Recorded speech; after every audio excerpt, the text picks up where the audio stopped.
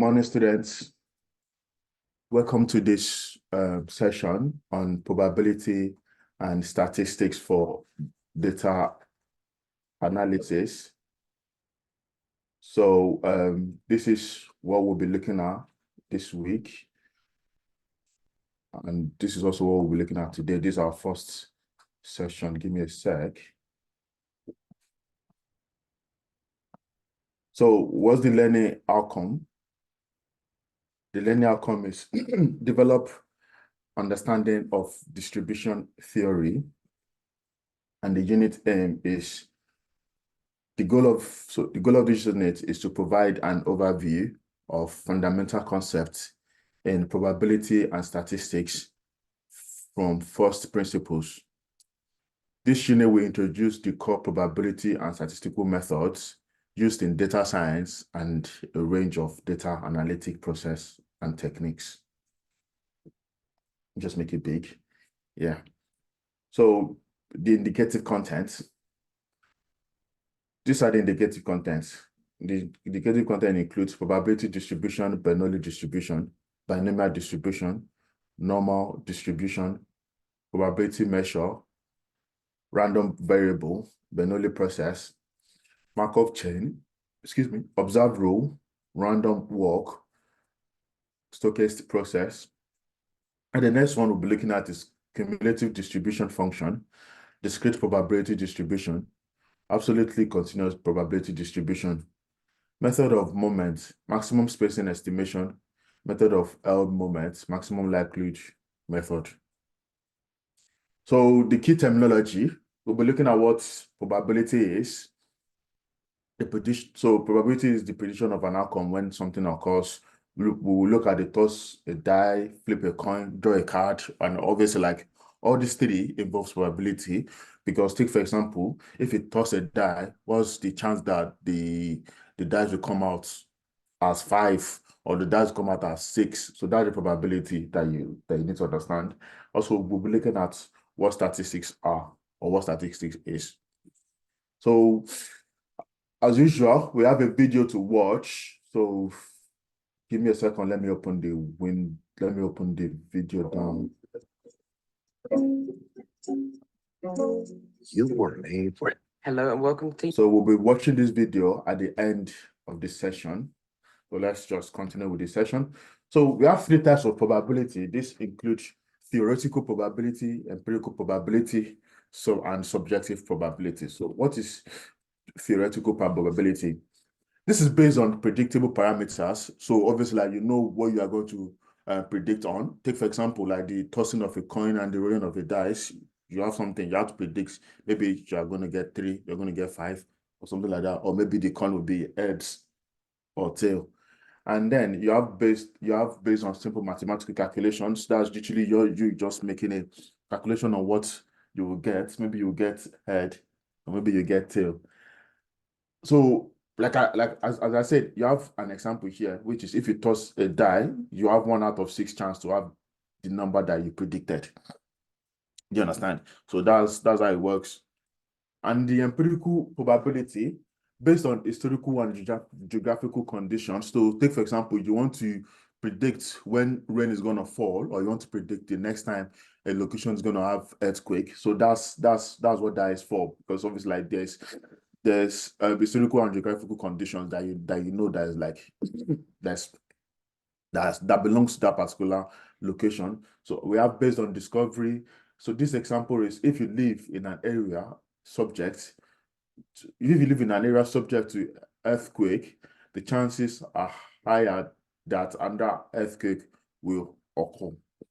So subjective probability, this is based on experience and intuition.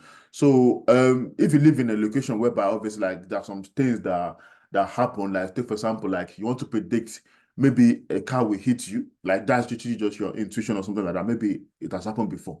And I just like guessing that, oh yeah, this might always literally like happen again. So that's literally just like experience and intuition. So that's based on the ability to predict the consequence of an action. Example, if you fall from the bicycle, you're likely going to hurt yourself. So what is a set? So A collection of sets is denoted by this opening curly braces, or what's that?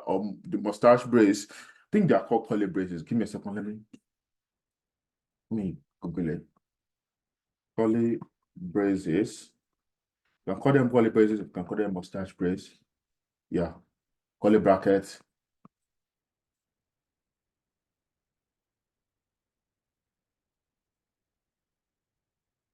You can call them, oh, yeah, mustache brackets, but obviously like it's the other way around. But I think this is the one name to call it. Curly brackets or curly braces. Anyone that you want to call it. Yeah, so that's what you will denote probability with.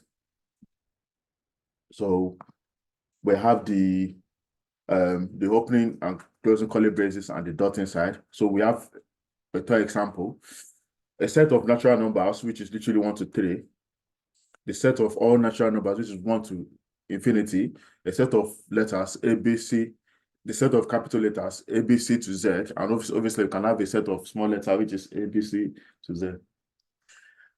A set of individuals, we have Alice, Bob, Eve, Charlie. So another example, obviously we have sets of membership. Does an element belongs to a set? We have notations, that is, does it belongs to? Example of this is 1, 2, F1, 2, 3, G. So obviously like 2 does not belong to that set. And then another example is D2, F1, B, C, G. So that's what like set of membership is and donation. Some common sets, those are what notation means. So some other common sets are F1, 2, 3, and then the symbol and G, the set of all integers. So this is literally the set of all integers.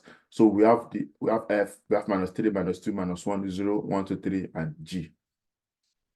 So give me a sec. Q denotes the set of all rational. Q denotes the set of all rational numbers. R denotes the set of all real numbers. C denotes the set of all complex numbers. So you have to understand and know this. So you can obviously like Google what rational numbers are,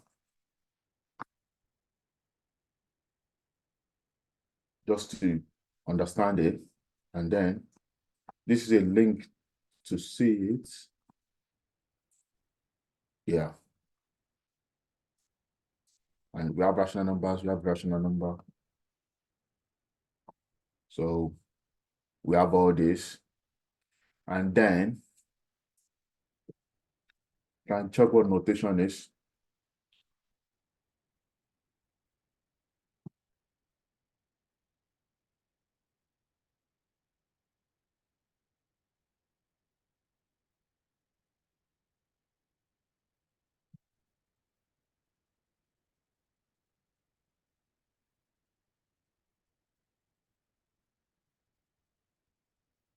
Yeah. So that's it. So you can visit this link to know what rational numbers are and always like understand it better. Yeah. So to continue, we have null sets, which is equal to FG, a set with no element in it. Set builder notation, F element identifier, and obviously like the column and the condition G. Example, if people in this room age are greater than 35, or if in this room age is less than 17. So that's literally the key identifier, the element identifier is the age, and then we have a condition, and then we have the condition of element. So that's what it is about. Moving on. So we're going to explain what probability distribution is with examples. We have the Bernoulli distribution. This is the description. The Bernoulli distribution represents a random experiment with 2 possible outcomes. So obviously, like you have a possible outcome, yes or no, 0 or 1, success or failure. So yeah. So success is usually denoted by 1 and failure is denoted by 0. The distribution is characterized by a single parameter P, which represents the probability of success. So that's what Bernoulli distribution is. So if you are thinking about Bernoulli distribution, just think about two things: success and failure, 0 and 1. Simple. Moving on, we have an example here. So tossing a fair coin can be modeled using a Bernoulli distribution, where getting heads can be considered a success and getting tails can be considered a failure. The probability of getting head is 0.5, and the probability of getting failure, which is getting tails, is 1 minus P, which is equal to 0.5. So take, for example, right now, and another clear example that you can use is if you watch football or any sport whereby the referee just toss a coin. So you can apply probability to that. What's the probability that the other team will get head? So the probability that the other team will get tail. So that's the way it works. And then we have binomial distribution. So what is binomial distribution? The Bernoulli distribution models a sequence of independent Bernoulli trials, where each trial can result in success or failure. It is characterized by two parameters: n, the number of trials, and p, the probability of success in each trial. So the number of times that you throw the coin and the number of heads that you can have, that's literally what binomial is. So there are two parameters there: the number of trials, so the number of attempts that you use to throw the coin, and the number of time that you get head. So example is obviously like rolling a fair six-sided die multiple times and counting the number of times a specific number, example 4, appears. So each roll can be considered a trial with a success defined as getting a 4. The binomial distribution can be used to calculate the probability of obtaining a specific number of success falls in a given number of trials. So this is a clear example. So you roll the dice and then you want to, okay, the die is like 6-sided die, and then you want to count the number of times that you get 4, then the number of times that 4 appears. So each roll, so if you should roll it like 20 times, the number of time 4 appear, obviously like that's the success. And then you calculate the probability of specific number of like a time that 4 is given. So the number of times that 4 is you see 4, that's the clear example of what binomial distribution is. And then we have normal Gaussian distribution. So the normal distribution, often referred to as the bell curve, it is a continuous probability distribution characterized by its mean and standard deviation. It is symmetrical and has a characteristic bell-shaped curve. So this is an example of that, of what that is again. The height of individuals in the population tend to follow a normal distribution. Yes.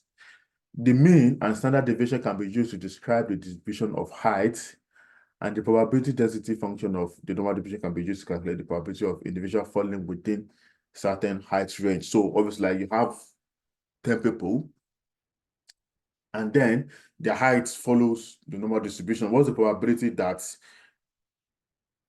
some height or her height falls below a certain height range? So that's what you use the normal distribution for. And then we have Poisson distribution. So the Poisson distribution models the number of events that occur in a fixed interval of time or space. When events occur with a known average rate and independently of the number of the time since the last event, it's characterized by a single parameter, lambda, which represents the average rate of events. We have a clear example here. The number of phone calls received by customer service center in a given hour can be modeled using a Poisson distribution. The parameter lambda could represent the average rate of phone calls received per hour, and the Poisson distribution can be used to calculate the probability of receiving a specific number of calls in a given time frame. So we have various types of probability distribution with example. We have uniform distribution. The uniform distribution, also known as the rectangular distribution, is characterized by constant probability density function, PDF, over a specified interval. All values within the interval have equal probabilities. We also have the normal Gaussian distribution. The normal distribution is a continuous probability distribution characterized by its mean and standard deviation. It is symmetrical and follows a bell-shaped curve. Exponential distribution. The distribution measures the time between events occurring in a horizontal distribution.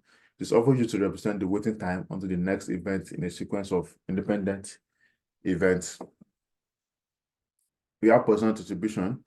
So the Poisson distribution models the number of events that occur in a fixed interval of time or space when events occur with a known average rate and independently of the time since the last event. So you can always like check.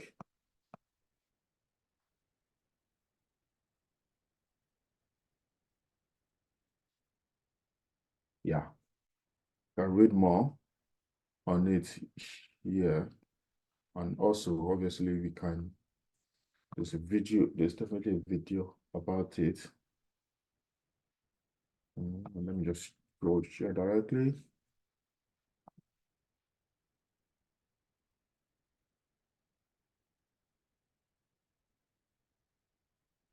Pronounced Poisson, not poison. So, yeah, so we have this. I need to find the best way to learn math and science. It's brilliant.org. Whoa. Brilliant has thousands of interactive lessons. Hello again. In this lecture, we are going to discuss the So Poisson distribution we'll definitely watch and its this main too. characteristic. After our class, like maybe towards the end of the session, but you can literally read more about it from here. Obviously, like you will see some articles, you will see some books and some references at the end of the class, but yeah, just for like out of class reading, you can obviously visit all this platform and read more about it there. We have, okay, discuss probability distribution fitting with example. Probability distribution fitting is the process of finding the best fitting probability distribution that describes a given data set. So take, for example, you are given a data set and you want to know the type of probability that you want to use. So you have to like find the best fitting. That's literally like for you, like knowing the kind of probability that you want to use. So it involves selecting a distribution from a family of distribution and estimating its parameters to match the data. Here is a discussion on probability distribution fitting with examples. So this is the example. We have normal distribution fitting. Suppose you have a data set of exam scores. My bad. Suppose you have a data set of exam scores of students. You can fit a normal distribution to this data to understand its underlying distribution. By estimating the mean and the standard deviation of the normal distribution, you can describe the data and make inferences about the probability of obtaining certain score. So let me break the example down for you. So suppose you have a data set of scores of students. So maybe you have a student in a class and their score is between 1 to 100, and then you have a data set of it. And also, you can fit a normal distribution to this data to understand its underlying distribution. You fit the normal distribution by estimating the mean. You have to estimate the mean. After doing that, you find the standard deviation of the normal distribution. You can then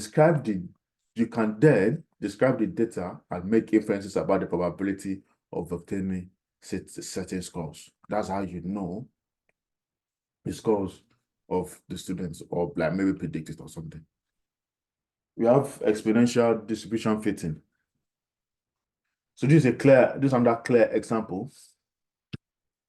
Consider a data set representing the inter-arrival times between events, such as customer arrivals at a store.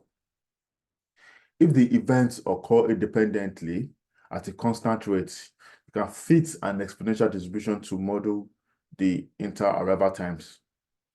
Estimating the rate parameter of the exponential distribution provides insight into the average waiting time between consecutive events.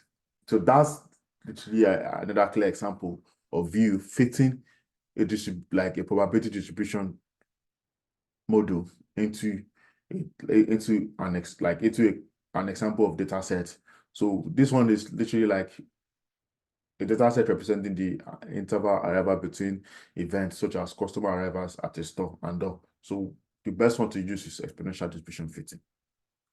We have Poisson distribution fitting.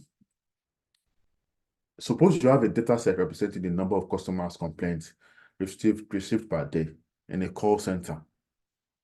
If the complaints occur randomly and independently with a known average rate, you can fit a Poisson distribution to this data by estimating the rate parameter of the Poisson distribution. You can predict the likelihood of a specific number of complaints occurring in a given time frame. So, oh, my bad. There are no references I know, but yeah, we're going to get the references for this before the next class. So, sorry for that. So this concludes our session for today. So let's just make a recap again of what we literally did today before we end the session. So what we did was probability and statistics for data analysis. So this is the topic, and the learning outcome is you develop understanding of distribution theory. This is the unit aim. It's introduced you to the core concept of probability and statistical methods used in data science and a range of data analytic processes and techniques. The indicative content, the key terminology, we looked at what probability is. We looked at a toss, a die, flip a coin, draw a card. And then we look at what statistics are. And then we know that we have 3 types of probability. 3 types of probability. You have a theoretical probability, the empirical probability, the subjective probability. So the theoretical probability is literally like based on this predicted parameters, based on simple mathematical calculations. We looked at that, and we had a clear example of what that is. So toss the die if you have 1 out of 6 chance to have the number that is predicted. So you have 1 out of 6 chance of obviously like, so if you should have you want to like play a game of die, you have a die, and then you have on your mind that you want to get 4 out of 6 times, maybe 1 of them might be 4. That's what that means.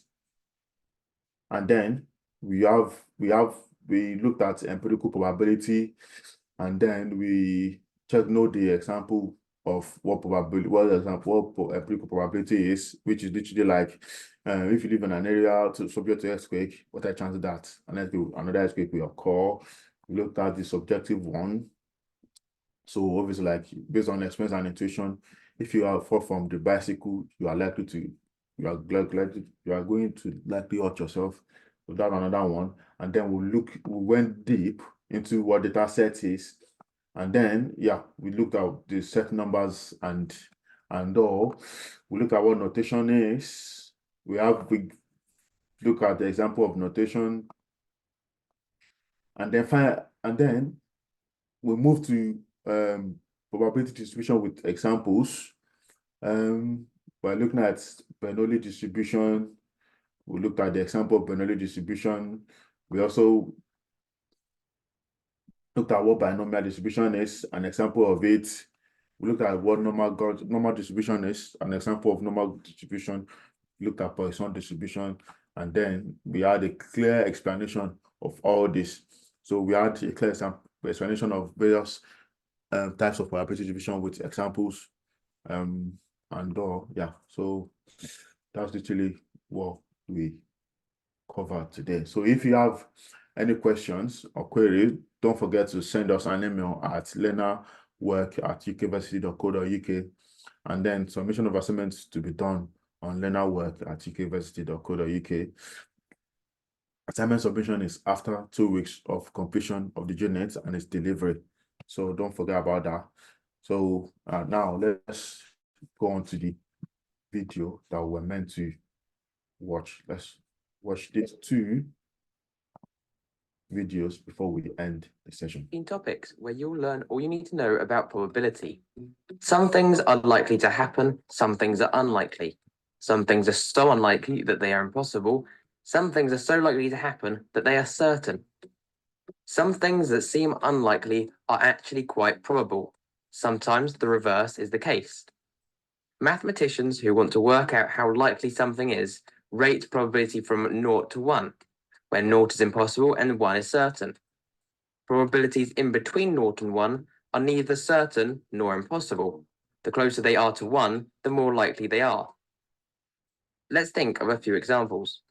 A coin is tossed. Will it either land on heads or tails? If both are equally likely, then each will have a probability of 0.5 or a half. A dice has 6 sides, so each number should be equally likely at 1/6. In both cases, the total probability for all options is 1. 6 times 1 divided by 6, or 2 times a half. The probability for all possible options is always 1. Things get a bit more complicated when you start combining events. For example, the probability of throwing 2 sixes on a dice in a row. The probability of throwing a single 6 is 1/6, but the probability of throwing 2 in a row is 1/6 times 1/6, which equals 1/36.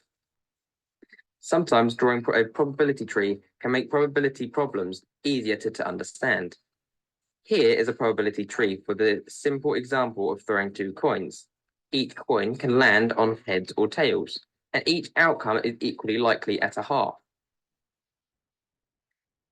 Looking at the tree, it is easy to see that throwing 2 heads or 2 tails has a probability of a quarter. Throwing 1 of each is twice as likely at a half. This is because 2 branches of the tree show that result. Throwing a head and then a tail, or a tail then a head, both satisfy the condition, and each has a probability of a quarter. To find the probability, simply add up the final probability figure for each branch of the tree that complies. In this case, 1/4 plus 1/4 equals a half. If you wanted the probability of throwing at least 1 head, then 3 branches satisfy that condition, giving a total probability of 1/4 plus 1/4 plus 1/4, which equals 3/4. Another way of looking at it is to find the probability of not getting any heads, which is 1/4, and taking that figure from 1 to get 3/4. Remember that the final probabilities always add up to 1.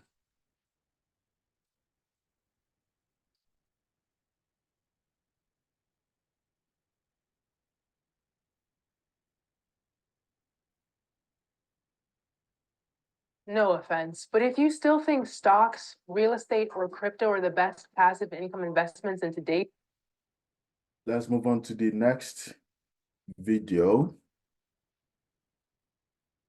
We have this. Characteristics. For starters, we denote a Poisson distribution with the letters P. Hello again. In this lecture, we are going to discuss the Poisson distribution and its main characteristics. For starters, we denote a Poisson distribution with the letters PO and a single value parameter, lambda. We read the statement below as variable y follows a Poisson distribution with lambda equal to 4. Okay. The Poisson distribution deals with the frequency with which an event occurs within a specific interval. Instead of the probability of an event, the Poisson distribution requires knowing how often it occurs for a specific period of time or distance. For example, a firefly might light up 3 times in 10 seconds on average. We should use a Poisson distribution if we want to determine the likelihood of it lighting up 8 times in 20 seconds. The graph of the Poisson distribution plots the number of instances the event occurs in a standard interval of time and the probability for each one. Thus, our graph would always start from 0, since no event can happen a negative amount of times. However, there is no cap to the amount of times it could occur over the time interval. Okay, let us explore an example. Imagine you created an online course on probability. Usually your students ask you around 4 questions per day, but yesterday they asked 7. Surprised by this sudden spike in interest from your students, you wonder how likely it was that they would ask exactly 7 questions. In this example, the average number of questions you anticipate is 4, so lambda equals 4. The time interval is 1 entire workday, and the singular instance you are interested in is 7. Therefore, y is 7. To answer this question, we need to explore the probability function for this type of distribution. All right. As you already saw, the Poisson distribution is wildly different from any other we have gone over so far. It comes without much surprise that its probability function is far different from anything we have examined so far. The formula looks as follows. P of y equals lambda to the power of y times the Euler's number to the power of negative lambda over y factorial. Before we plug in the values for our course creation example, we need to make sure that you understand the entire formula. Let's refresh your knowledge of the various parts of the formula. First, the E you see on your screen is known as Euler's number, or Napier's constant. As the second name suggests, it's a fixed value, approximately equal to 2.72. We commonly observe it in physics, mathematics, and nature. But for the purpose of this example, you only need to know its value. Secondly, a number to the power of negative n is the same as dividing 1 by that number to the power of n. In this case, e to the power of negative lambda is just 1 over e to the power of lambda. Right. Going back to our example, the probability of receiving 7 questions is equal to 4 raised to the 7th degree multiplied by e raised to the negative 4 over 7 factorial. That approximately equals 16,384 times 0.0183 over 5,040, or 0.06. Therefore, there was only a 6% chance of receiving exactly 7 questions. So far, so good. Knowing the probability function, we can calculate the expected value. By definition, the expected value of y equals the sum of all the products of a distinct value in the sample space and its probability. By plugging in, we get this complicated expression. Eventually, we find that the expected value is simply lambda. Similarly, by applying the formulas we already know, the variance also ends up being equal to lambda. Both the mean and the variance being equal to lambda serve as yet another example of the elegant statistics these distributions possess and why we can take advantage of them. Great job, everyone. Now, if we wish to compute the probability of an interval of a Poisson distribution, we will take the same steps we usually do for discrete distributions. We find the joint probability of all individual elements within it. If you found this video interesting and want to gain an edge in your career, make sure to like, comment, and subscribe. And Oh, we're watching the video. This brings an end to our section today. So hope to see you tomorrow, and yeah, have a nice day. Bye for now.